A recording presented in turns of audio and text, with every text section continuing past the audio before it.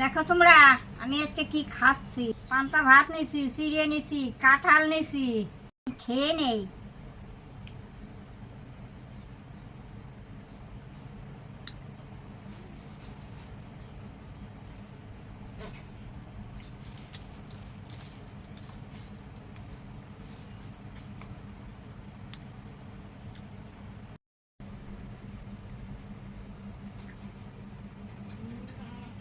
কাঁঠালটা খুব ভালো, মিষ্টি আছে।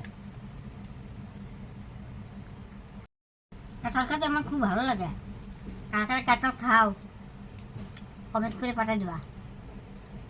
গলা কাঁঠাল হলে পরে না ভালো খেতে পারি, শক্ত হলে খেতে পারি না।